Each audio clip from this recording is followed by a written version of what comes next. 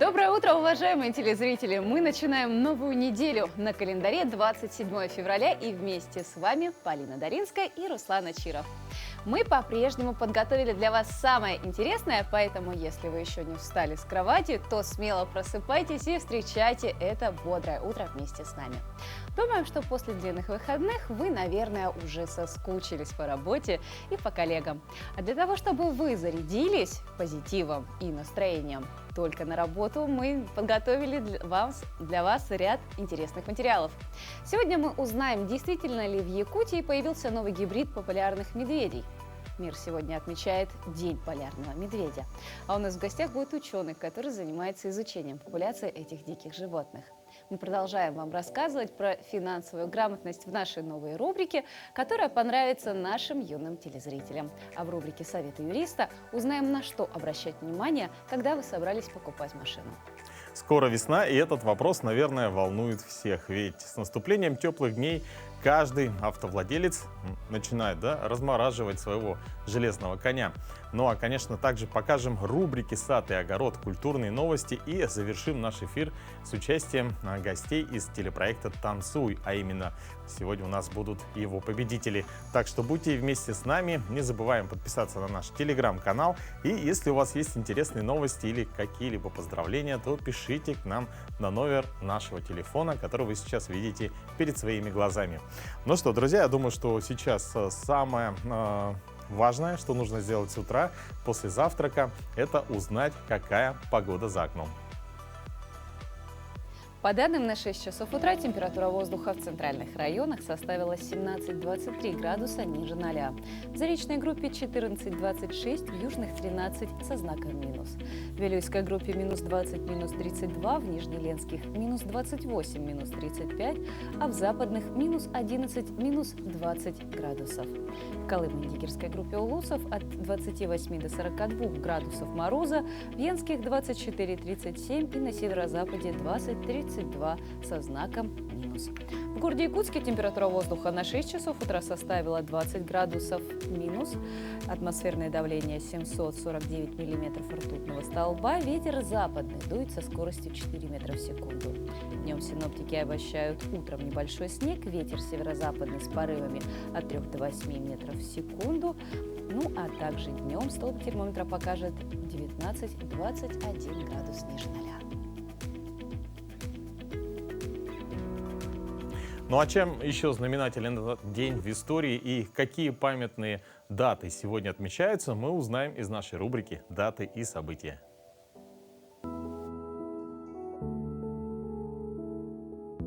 Сегодня Международный день полярного медведя, Всемирный день неправительственных организаций, День сил специальных операций, День оптимиста и День покемона. По народному календарю отмечается праздник Кирилла Весноуказчика. На Руси существовал обычай на Кирилла Весноуказчика притаптывать сугробы на пашне. Так люди добивались того, чтобы с приближением тепла почва впитала в себя максимальное количество воды. Считалось, что это позволит в будущем собрать богатый урожай. Смотрели люди в этот день и на погоду. Если было холодно, ожидали жаркое засушливое лето. С другой стороны, оттепель на улице являлась предзнаменованием грядущих морозов. Сны в этот день считались вещами. Это день в истории. В 1598 году Земский собор избрал русским царем Бориса Годунова. В 1693 в Англии выпущен первый в мире журнал для женщин. В 1879 году получен искусственный подсластитель сахарин. В 1900 году основан футбольный клуб «Бавария». В 1932 открыта элементарная частица нейтрон. В 1964 спущен на воду первый в мире туристический подводный аппарат. В 1965 состоялся первый полет советского широкофюзеляжного турбовинтового транспортного самолета Ан-22 «Антей». В 1997 объявлено об успешном клонировании овечки Долли. В этот день родились. В 1833-м Александр Бородин – русский композитор, ученый-химик. В 1849-м Иван Павлов – российский физик, геофизик, метеоролог, академик. В 1869 году родилась Надежда Крупская, русская революционерка, советский партийный деятель, супруга Владимира Ильича Ленина. В 1887 году родился Петр Нестеров, русский военный летчик, основоположник высшего пилотажа, штабс-капитан. В 1932 году появилась на свет Элизабет Тейлор, англо-американская киноактриса. В 1957 году Татьяна Догилева, советская и российская актриса театра и кино, режиссер, народная артистка России. В 1959 году родился Борис Немцов, российский политик, государственный и общественный деятель. Сегодня именины у Авксентия, Аврамия, Бориса, Григория, Иллариона, Исаакия, Кирилла, Михаила, Анисима, Трифона, Федора.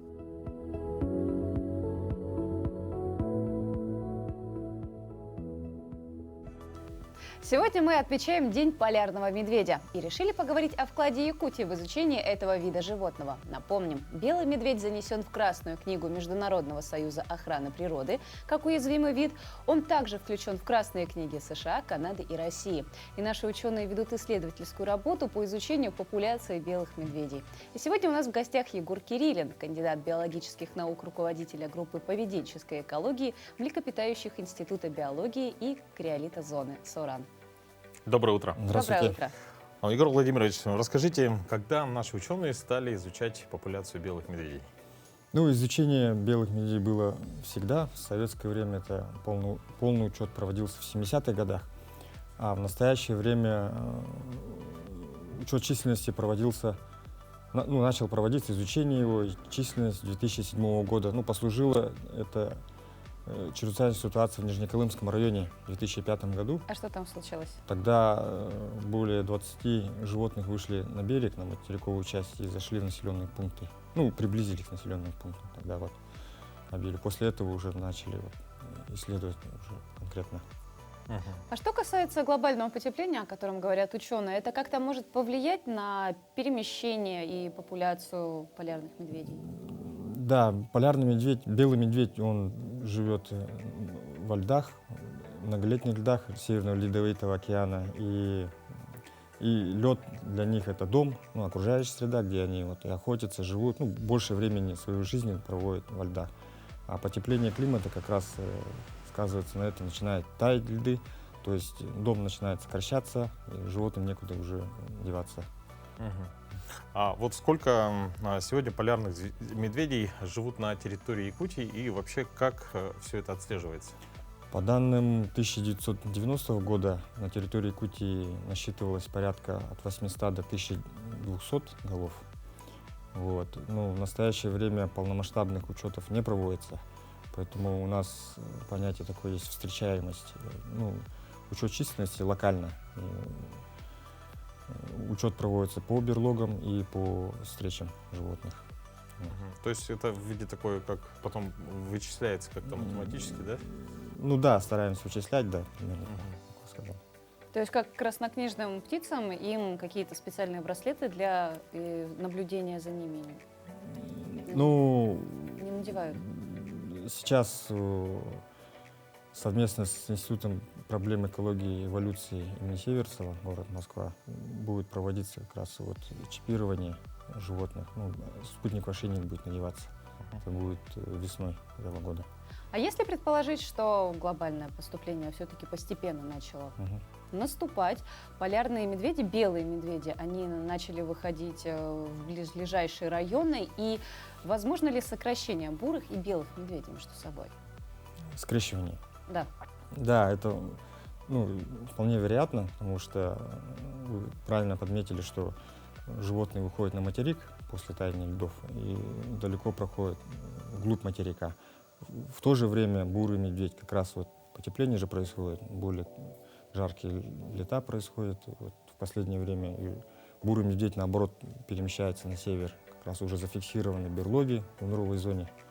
И вполне возможно, может быть, потому что в мире 3 официально зафиксированных такой гибридизации. А как называется такой гибрид белого и бурого медведя? Здесь игра слов, словосочетаний. Если мать гризли, то детеныша гибрида называют пизли. А Пизли. если, да, мать белый медведь, то гролар.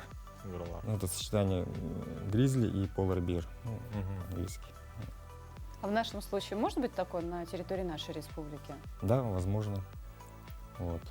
А ученые как-то их уже изучают, насколько они восприимчивы к текущим погодным условиям?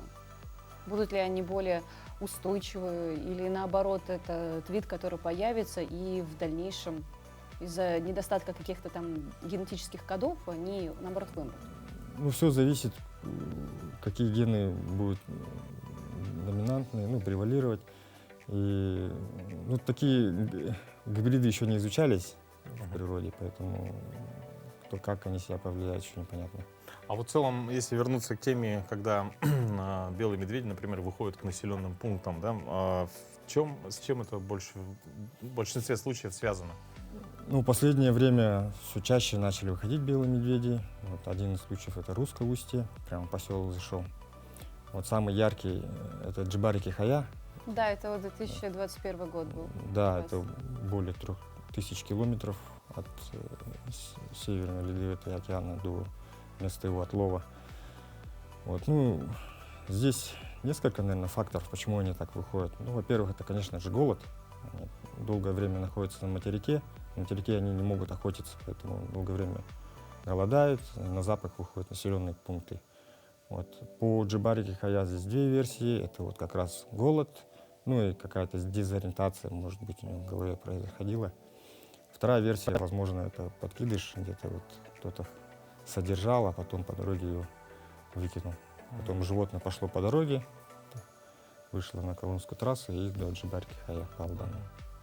А какие работы в данное время ведутся по сохранению популяции белых медведей? Ну, с 1956 года добыча белого медведя запрещена в России. Вот, создана стратегия его сохранения. Также вы вначале сказали, что он вошел во все красные книги, в списке конвенции. Ну, а также сетью ООПТ, которые находятся у нас в арктической части Якутии. Это региональное федеральное значение. Ну, Егор Владимирович, да, спасибо вам большое. Спасибо. Поздравляем с праздником, да? День Вас белого также медведя. взаимно. Спасибо. Друзья, ну а сейчас мы узнаем, какие новости произошли в России, в республике и в мире к этому часу.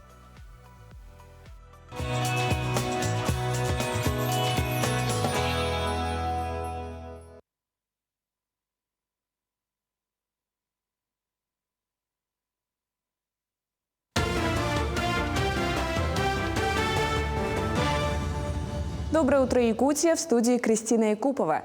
Эксперимент по дистанционной продаже рецептурных лекарств пройдет с 1 марта этого года по 1 марта 2026 года в Москве, Московской и Белгородской областях. Постановление, утверждающее порядок его проведения, подписал премьер-министр Михаил Мишустин. В эксперименте примут участие аптеки, у которых есть собственный интернет-сайт или договор с маркетплейсом. Они также должны обладать помещениями для хранения сформированных заказов и иметь возможность своевременно и безопасно доставлять лекарства покупателям, используя, например, специальные боксы, где соблюдается температурный режим. В селе Кубейнде Вилюйского района состоялось долгожданное открытие нового детского сада «Тугучан». Здание рассчитано на 50 мест, имеет все удобства и оснащено современным оборудованием. В детском саду будут 2 групповые ячейки со спальнями и игровыми залами, зал музыкальных и спортивных занятий, медицинский кабинет, пищеблок, административные и вспомогательные помещения. На прилегающей территории расположились игровая и спортивная площадки, хозяйственная зона. На праздничном открытии присутствовал депутат Государственной Думы, летчик-космонавт, побывавший в открытом космосе 3 раза, общая продолжительность полетов которого составила 560 суток, герой Российской Федерации Олег Артемьев.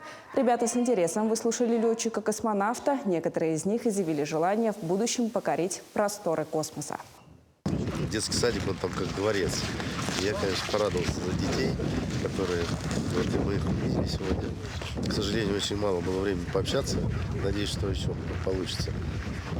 тогда, конечно же, можно порадоваться за них. И я оставил очень много литературы о том, как стать космонавтом, как работать в ракетно-космической отрасли. Я надеюсь, что это вот эти зерна, они свои всходы будут, и как результат это будет космонавт отсюда. Поэтому будем ждать.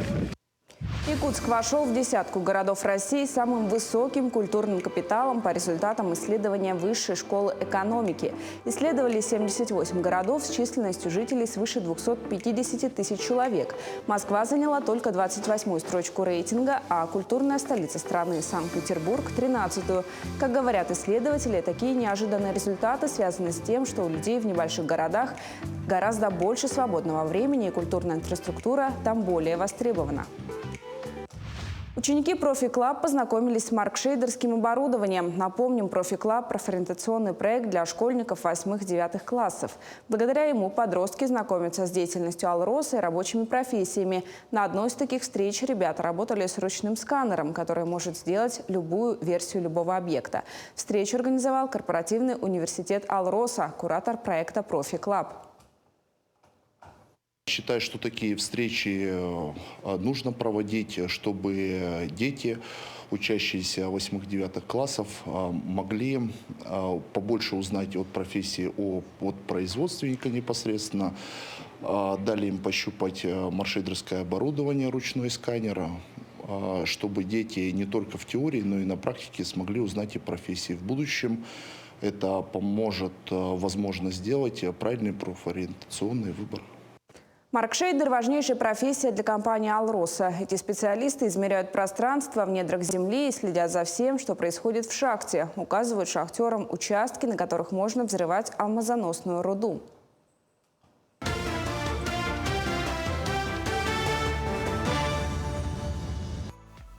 Мы продолжаем наш эфир, и теперь настало время нашей рубрики «Советы юриста». В этот раз в нашем выпуске мы расскажем о том, на что нужно обратить внимание при покупке машины. Ведь с наступлением теплых дней многие начали садиться за руль. Доброе утро, дорогие телезрители! Наконец-то потеплело, открылся новый автосезон и есть отличный повод приобрести себе нового четырехколесного друга. Но нужно помнить, что делать это нужно правильно. Почему? У нас изменился порядок добросовестного приобретателя. То есть если раньше, например, машина в залоге, мы об этом не информировали, купили машину, за нее расплатились, и тут неожиданно залогодержатель обратился к нам в суд и сказал: я у вас машину забираю, мы говорим: а мы-то об этом не знаем, в ГАИ данных нет, регистрация прошла, ПТС оригинал, деньги мы отдали, мы добросовестные приобретатели. А сейчас все немножко по-другому. Сейчас расскажем, как приобретать машину, чтобы она точно была на все 100% ваша. Итак, для начала проверяем реестр залогов. То есть сейчас залогодержатель обязан уведомить нотариальную палату о том, что у него возникло право требования по залогу. Как это проверить? Заходим на сайт Федеральной нотариальной палаты, да, вбиваем ВИН в реестр и получаем информацию. Если залог на нашу машину, если его нет, замечательно. Данные отсутствуют, залог не существует. Можно покупать. Дальше знакомимся с ПТС. ПТС желательно, конечно, чтобы был оригинал. Ну, может быть, машинка старенькая, поэтому ПТС дубликат, но необходимо, чтобы все данные сходились, все было четко прописано, все было видно и обязательно были внесены данные о вашем продавце. То есть продавец на себя машину зарегистрировал. Вообще желательно приобретать транспортное средство, которое во владении находится не менее года. Почему именно год? Потому что некоторые виды сделок оспариваются в течение года. То есть если год машина находится у владельца, никто не обратился в суд об оспаривании этой сделки, но вероятность того, что в дальнейшем будет оспариваться, она гораздо меньше. Как можно проверить наличие судебных тяжб? Смотрим регистрацию продавца. По месту регистрации ищем суд общей юрисдикции, вбиваем в базу данных фамилию продавца и смотрим, какие судебные тяжбы, возможно, по автомашине имеются. Нет никаких данных, замечательно. То есть эти все данные мы получаем публично, без оплаты, это все содержится на информационных сайтах.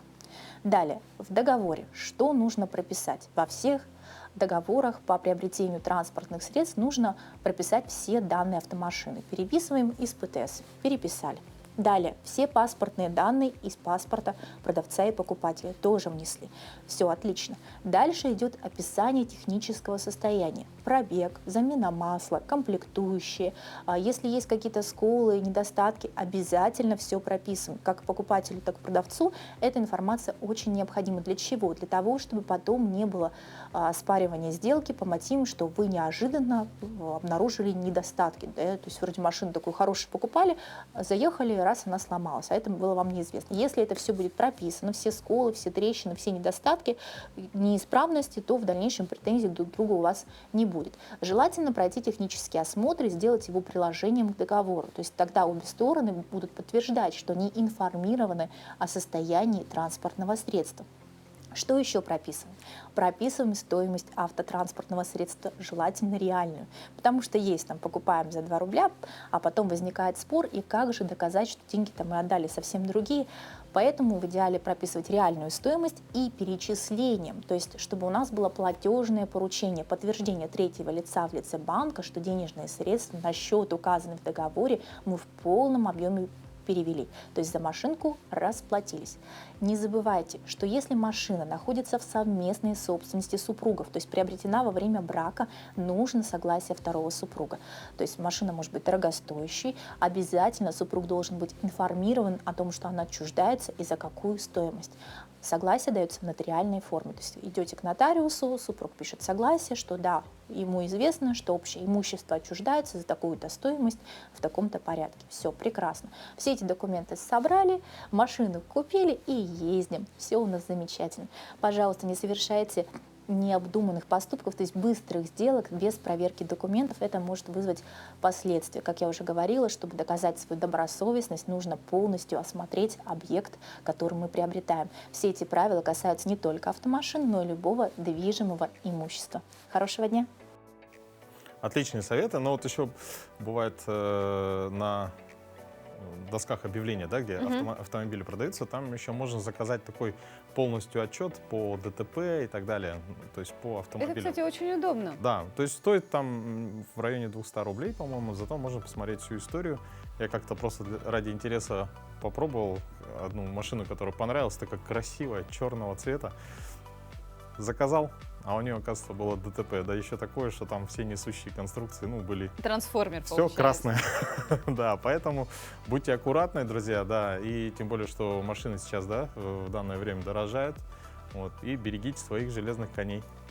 Да, кто-то покупает машину, а кто-то думает более глобально, потому что спрос на покупку жилья в Москве резко вырос в сравнении с прошлым годом на целых 25%.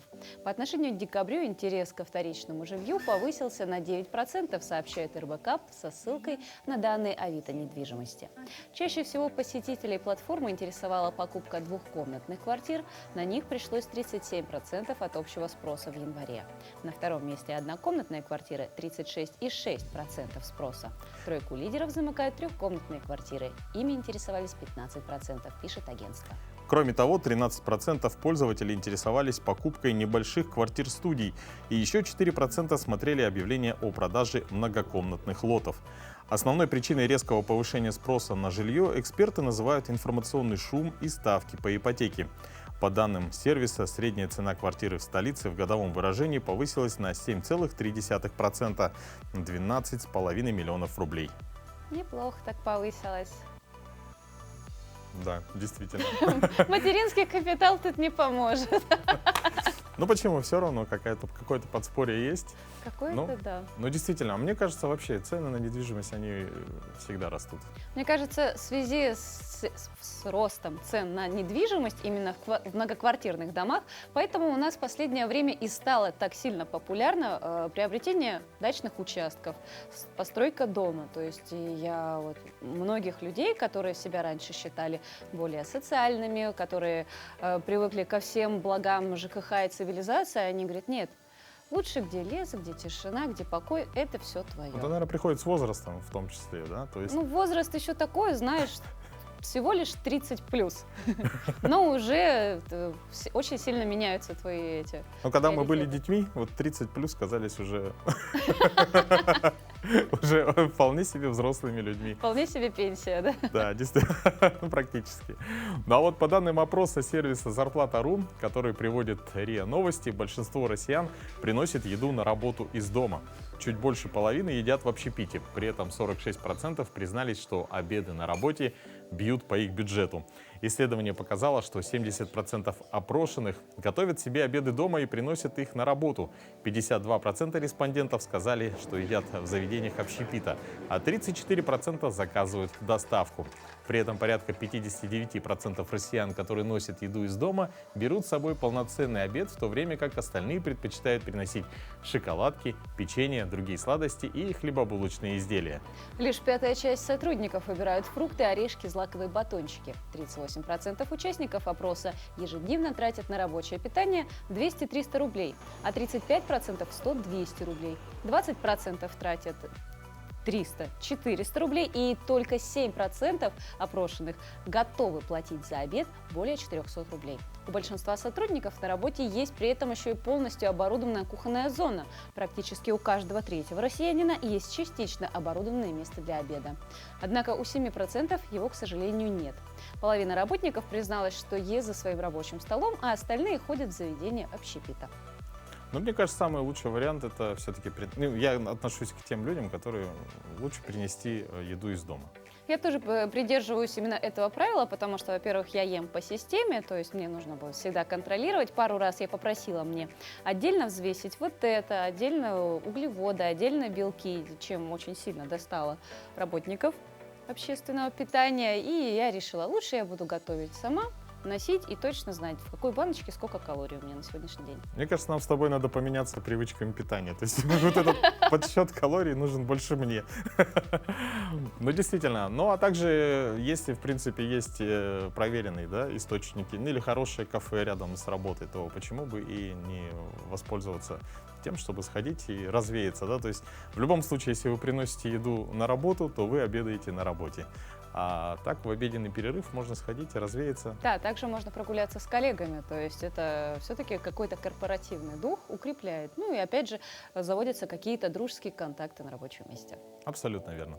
Но чтобы правильно расходовать свои деньги, мы предлагаем вам каждый понедельник смотреть с нами нашу новую рубрику «Финансовая грамотность». Это отличная возможность рассказать детям и не только о том, как правильно обращаться с деньгами. Ведь наша рубрика – это короткий видеоролик в мультипликационном варианте. В этот раз в нашем выпуске мы расскажем, как накопить деньги на свой первый мобильный телефон.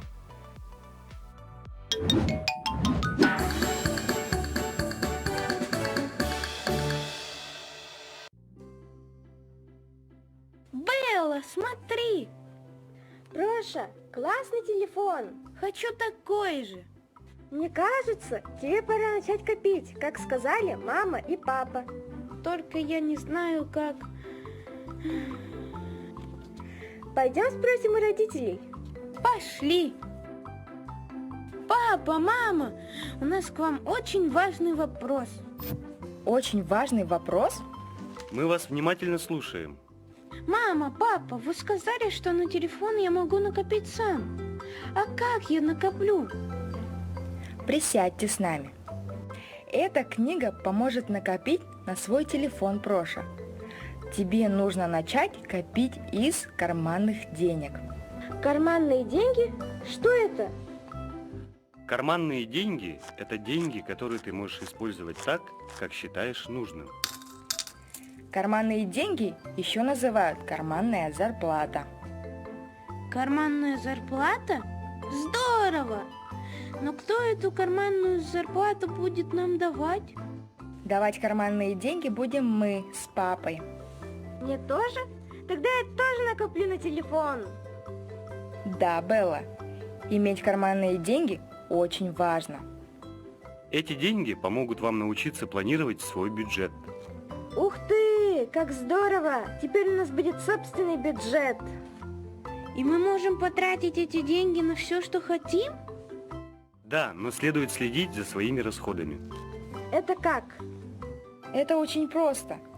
Нужно записывать все свои траты. А что будет, если я не буду записывать траты? Тогда вы не будете знать точно, на что ушли ваши деньги. Ого! А еще нужно научиться делить деньги на 3 части. На целых 3? Да, Белла, часть денег можно потратить на развлечения. Часть желательно отложить на более крупную покупку, например, на твой телефон. Еще одну часть, пусть совсем небольшую, пожертвовать на общее благо. Каждую неделю мы будем давать вам карманные деньги, а вы часть из карманных денег откладывайте. Если накопите половину необходимой суммы, то мы добавим вторую половину. Хорошо, я готов начать копить. Спорим, я накоплю очень быстро, а спорим я быстрее.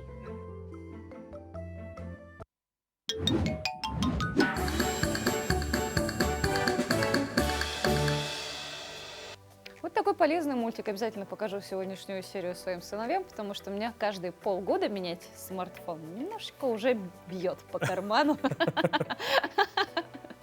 так как мои дети бьют по телефону.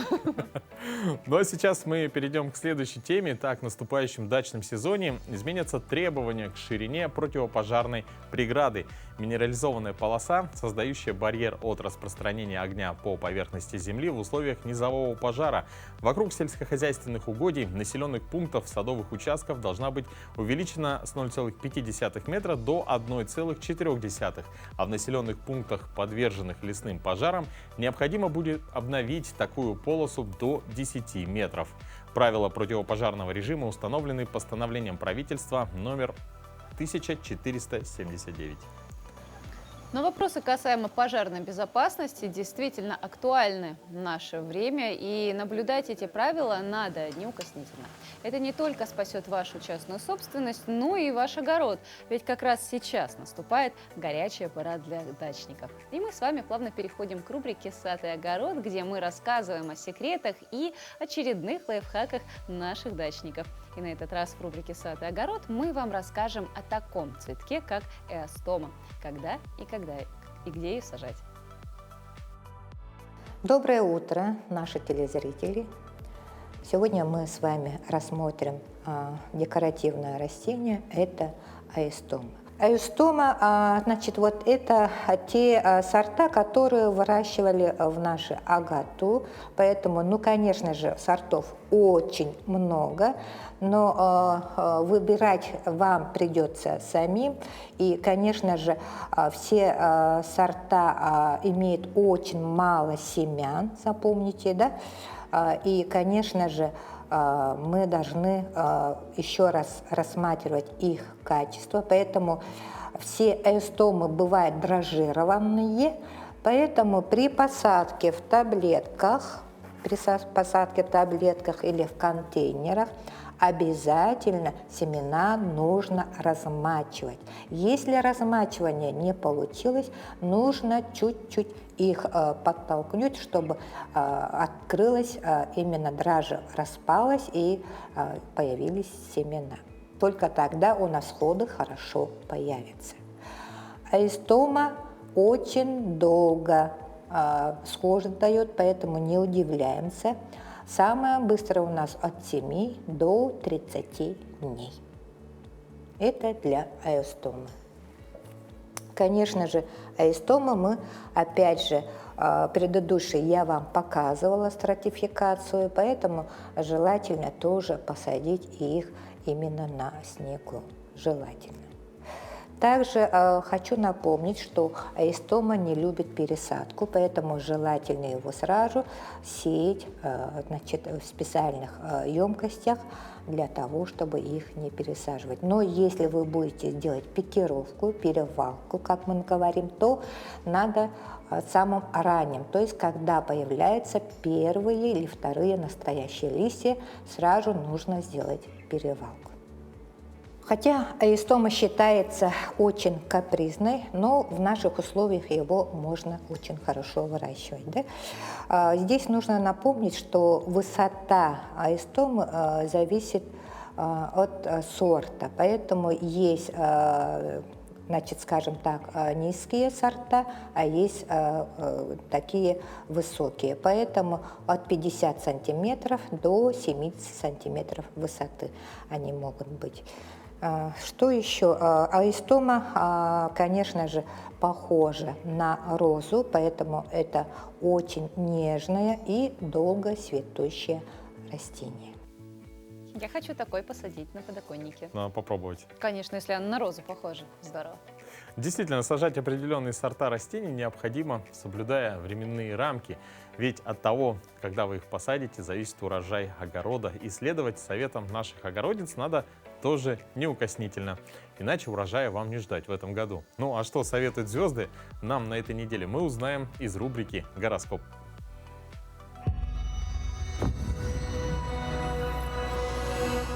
Овны. В первой половине недели звезды советуют овнам более внимательно относиться к поступающей информации. Возможно, вы услышите сведения негативного характера, не соответствующие реальной действительности. Вторая половина недели пройдет благоприятно для тех, кто увлекается духовными практиками, изучает эзотерические науки или расследует что-либо. Тельцы. Тельцам в первой половине недели рекомендуется воздержаться от посещения развлекательных мероприятий. Вторая половина недели будет связана со стабилизацией партнерских отношений. Вы сможете договориться с любимым человеком или коллегой по работе по наиболее спорным вопросам. Близнецы. Близнецам в первой половине недели придется умерить свои амбиции. Вы можете встретить серьезные препятствия на пути к поставленной цели. Не стоит пробивать лбом стену или идти на конфликт в тех вопросах, которые не требуют срочного решения. Вторая половина недели, напротив, откроет вам дорогу к заветной цели. Постарайтесь активно действовать, тогда положительный результат не заставит себя долго ждать. Раки. В первой половине недели ракам не рекомендуется отправляться в дальние поездки. Если эти дни уже заставят вас в пути, старайтесь строго следовать намеченному маршруту. Не отклоняйтесь от графика. Сейчас важно соблюдать существующие правила и нормы закона. Вторая половина недели благоприятствует романтическим и супружеским отношениям. Львы. Львов в первой половине недели может потянуть на приключения, однако звезды не советуют вам предпринимать действия, связанные с риском получения травмы. Вторая половина недели благоприятствует наведению порядка в доме, генеральной уборке или ремонтным работам. Девы. Девам, состоящим в браке, в течение первой половины недели не рекомендуется обсуждать с партнером острые вопросы. Даже мелкие бытовые неурядицы в этот период могут привести к конфликтным ситуациям, которые способны разрастись до невероятных размеров. Сдерживайте свои эмоции, не реагируйте, если вас провоцируют на конфликт. Вторая половина недели позволит вам решить все спорные вопросы в конструктивном русле. Весы. В первой половине недели звезды советуют весам больше внимания уделить своему здоровью, особенно режиму питания и качеству употребляемых продуктов. Вторая половина недели благоприятствует деловой активности. На это время желательно запланировать выполнение сложных и трудоемких работ. У вас все получится сделать так, как вы хотите. Особенно удачно сложатся дела по благоустройству дома. Скорпионы. Скорпионам, которые переживают пору влюбленности, в первой половине недели следует быть внимательнее и терпимее в романтических отношениях. Нежелательно требовать от любимого человека больше того, на что он способен. Вторая половина недели позволит благополучно урегулировать все осложнения в любви и воспитании детей. Это благоприятное время для творческой реализации личности, осуществления давних замыслов, а также развлечений. Стрельцы. Стрельцам в первой половине недели звезды советуют уходить от супружеских и семейных конфликтов. Если у вас есть острые вопросы, отложите их обсуждение на вторую половину недели, когда ситуация будет более гармоничной. В понедельник и вторник желательно воздержаться от подписания любых важных документов, связанных с партнерством, семьей и недвижимостью. Вторая половина недели благоприятна для решения материальных вопросов. Козероги. Козерогам в первой половине недели рекомендуется позаботиться о своем здоровье. В это время ослабевает иммунитет, вы становитесь более уязвимыми к всевозможным вирусным инфекциям. Вторая половина недели, наоборот, благоприятствует путешествиям и различным контактам. Вы сможете хорошо провести время, если отправитесь с друзьями на дачу. Водолеи. Внимание водолеев на этой неделе будет сосредоточено на решении финансовых вопросов. Тем, кто уже озабочен вопросами покупки подарков накануне 8 марта, звезды советуют не торопиться с приобретениями. Это неблагоприятное время для трат на сюрпризы, увеселительные мероприятия и прочие развлечения. Вторая половина недели, напротив, позволит вам грамотно распорядиться своими деньгами и совершить удачные покупки. Рыбы. Рыбам в первой половине недели звезды советуют слегка умерить умерить свои амбиции, особенно если они касаются отношений в семье и близких родственников. Для вас это потенциально конфликтное время, когда личные желания и намерения могут столкнуться с препятствиями со стороны родных людей. Иногда и сейчас, в том числе, выгоднее переждать ситуацию, потерпеть немного, чтобы потом вернуться к той же теме, но в более удобный момент. Например, уже во второй половине недели. Это благоприятное время для реализации ваших планов.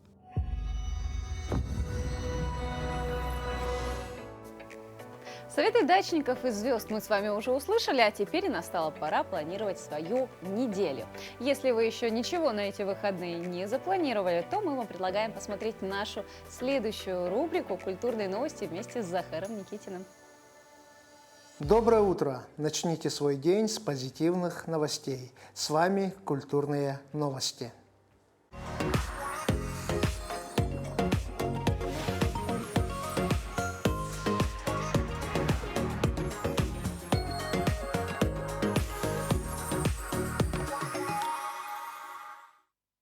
Определились участники 22-х молодежных дельфийских игр России от Якутии. Наша республика в этом году будет представлена в 10 номинациях. Скрипка, академическое пение, изобразительное искусство, художественное ремесло, художественное чтение, классический танец, тележурналистика, кулинарное искусство и изобразительное искусство. В числе участников студенты Высшей школы музыки имени Босикова, Якутского музыкального колледжа имени Жиркова, Якутского художественного училища имени Романова, Якутского колледжа культуры и искусств имени Макаровой и Якутского балетного училища имени Посельских. Ожидается, что в 22-х молодежно-дельфийских играх России примут участие около 2500 тысяч творческих людей в возрасте от 10 до 25 лет со всей страны. Игры пройдут с 21 апреля по 26 апреля в Саратовской области. В Якутске, в центре «Сосновый Бор», с 13 февраля стартовал первый телевизионный конкурс «Запевал Осохая» среди школьников. Всего на конкурс поступило 87 работ. 45 детей из 15 улусов республики приглашены для дальнейшего очного обучения и конкурса. Детей ждут интересные мастер-классы, выступления по НВК «Саха», обучать талантливых детей искусству пения будут профессиональные наставники. Победитель будет определен голосованием и награждается денежным призом в размере 100 тысяч рублей. В Якутии презентовали электронный формат 15 томов большого толкового словаря якутского языка. Данный словарь содержит более 80 тысяч слов. Дополнительно к этому в нем указаны фразеологизмы и парные слова. Цифровая версия большого толкового словаря якутского языка доступна на сайтах Института гуманитарных исследований и проблем малочисленных народов Севера, Сибирского отделения Российской академии наук и газеты «Саха-Сирия». Напомним, первый том большого толкового словаря был опубликован в 2004 году. Работа по созданию серии книг длилась более 15 лет. С 15 февраля по 26 марта в Национальном художественном музее работает новая временная выставка «Дозор», приуроченная ко Дню защитника Отечества. Экспозиция включает графические и живописные произведения якутских художников из музейной коллекции. Основным посылом выставки является извечная борьба добра и зла, света и тьмы, где главными хранителями, вечными дозорными мира всегда были и будут наши воины. На этом наш выпуск завершается.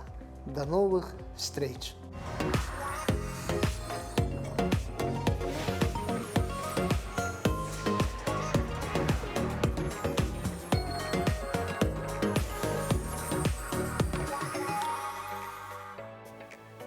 Ну а сейчас мы передаем слово нашей коллеге из новостного блока Кристине Якуповой и узнаем самые свежие новости к этому часу.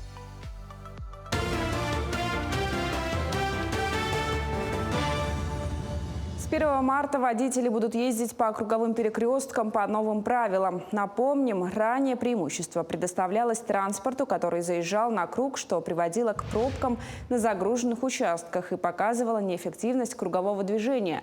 С марта нынешнего года будут действовать 3 схемы проезда круговых развязок, которые зависят от наличия дорожных знаков. Если перед кругом отсутствуют знаки, предоставляющие преимущество, то нужно обязательно пропускать автотранспорт, который уже передвигается по кругу. Если перед круговым перекрестком установлены знаки «Круговое движение» и «Уступить дорогу», нужно уступить всем машинам, передвигающимся по перекрестку. Если перед круговым перекрестком есть знаки «Круговое движение» и «Главная дорога», можно смело проезжать перекресток, так как у водителя приоритет.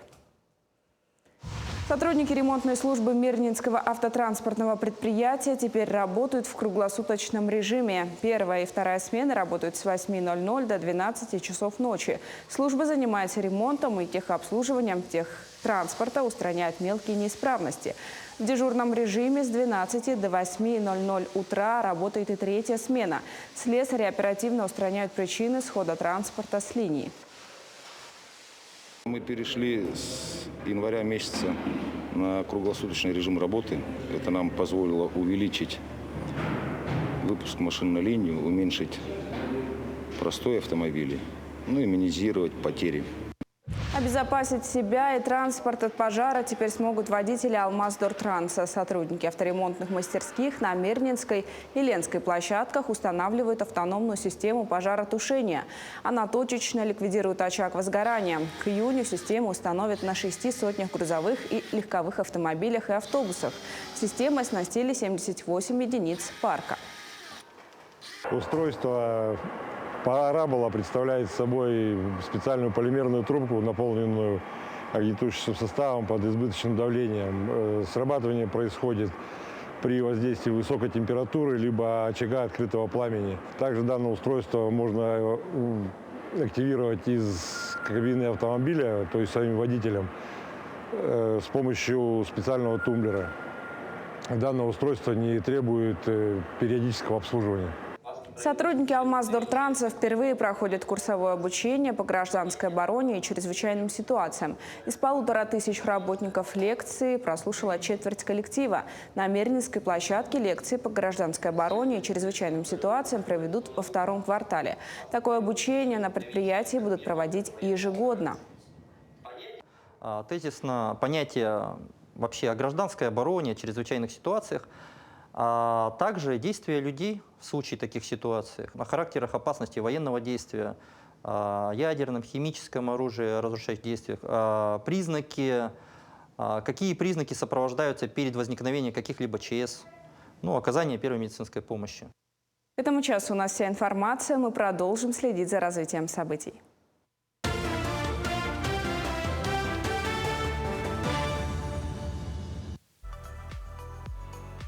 Вчера на телеканале «Якутия-24» подвели итоги интерактивного конкурса «Танцуй». И сегодня у нас в гостях его победители. Это Виталина Брылякова и Александр Воштер. Доброе утро.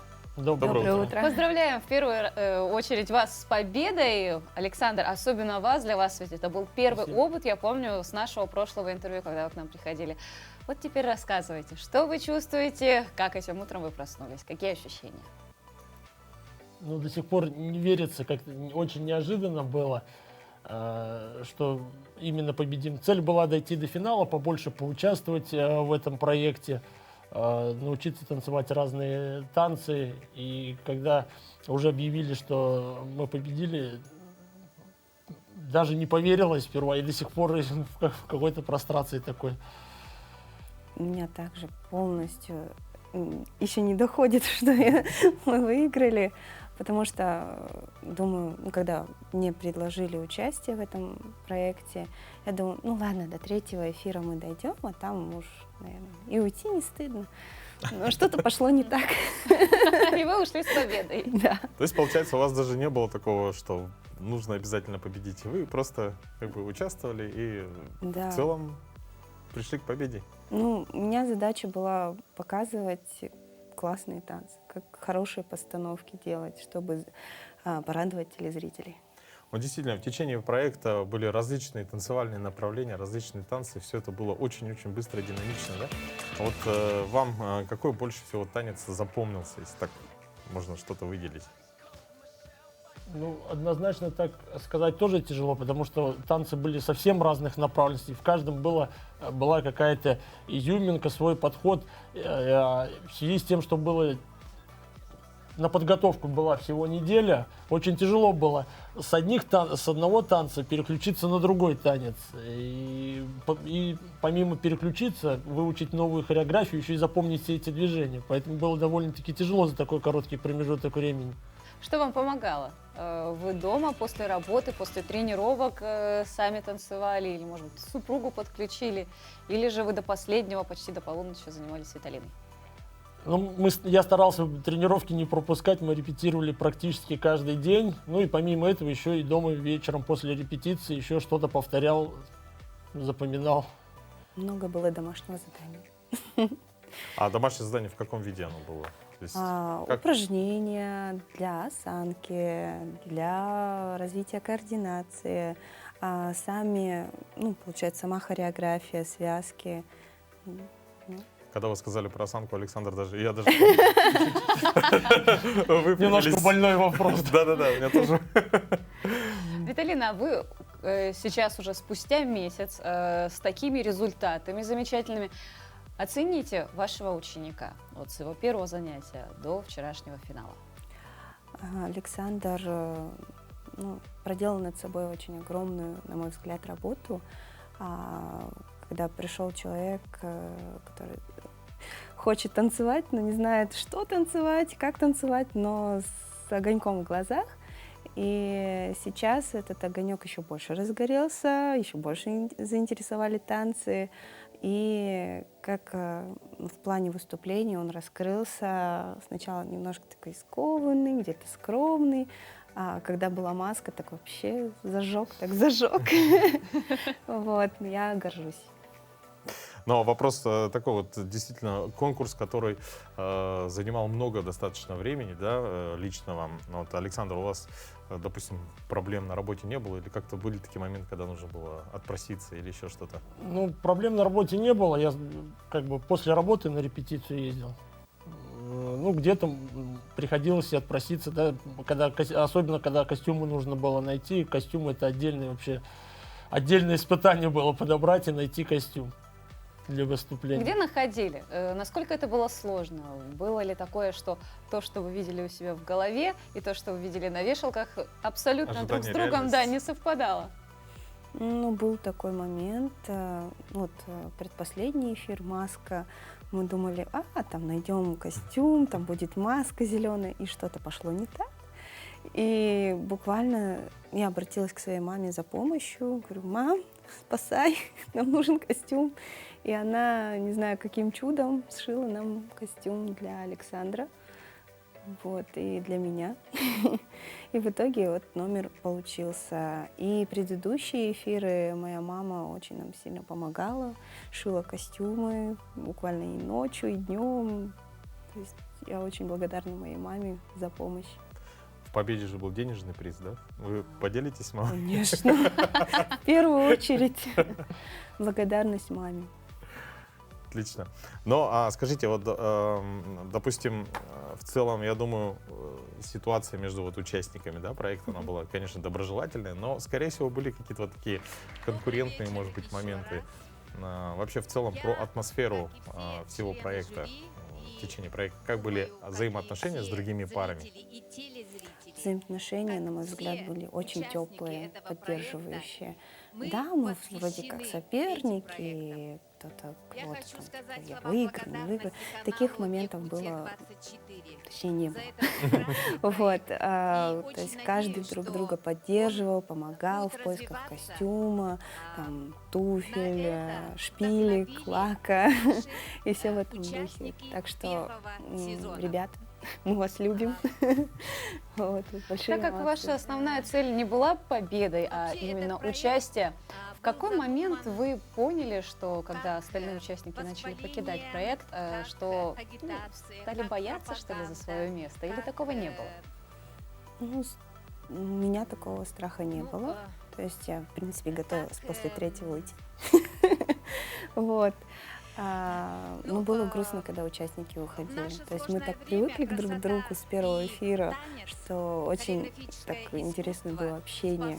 То есть люди разные все, интересные. И хотелось узнать людей ближе, больше, все веселые, заряженные, влюбленные в танцы. Это очень такая благоприятная атмосфера. Здорово. Ну, в целом, проект «Танцуй» получился таким достаточно масштабным, интересным, драйвовым. Но в то же время ваши пожелания, может быть, да, для следующего проекта, пожелания организаторам, какие-то, может быть, что-то, предложения от вас, как от победителей? Ну, с моей точки зрения, хотелось бы, чтобы были жюри, которые на протяжении всех эфиров были неизменными. Ну, кто-то, например, председатель или что-то в этом роде, чтобы они видели прогресс всех с первого эфира, что на финале могли оценить в итоге, как человек вырос. Александр, для человека, который в первый раз окунулся в мир танцев, ваши пожелания для тех, кто нас смотрит и тоже загорелся этой идеей на следующий сезон? Ну, танцы на самом деле это очень интересное занятие в плане и координации движений, и той же вот осанки, про которую мы говорим. Да? Поэтому желаю всем пойти танцевать. Это очень классное занятие, очень веселое. Спасибо большое нашим гостям. Поздравляем друзья. еще раз вас с победой. Ну, а мы всем желаем отличного настроения и до завтра.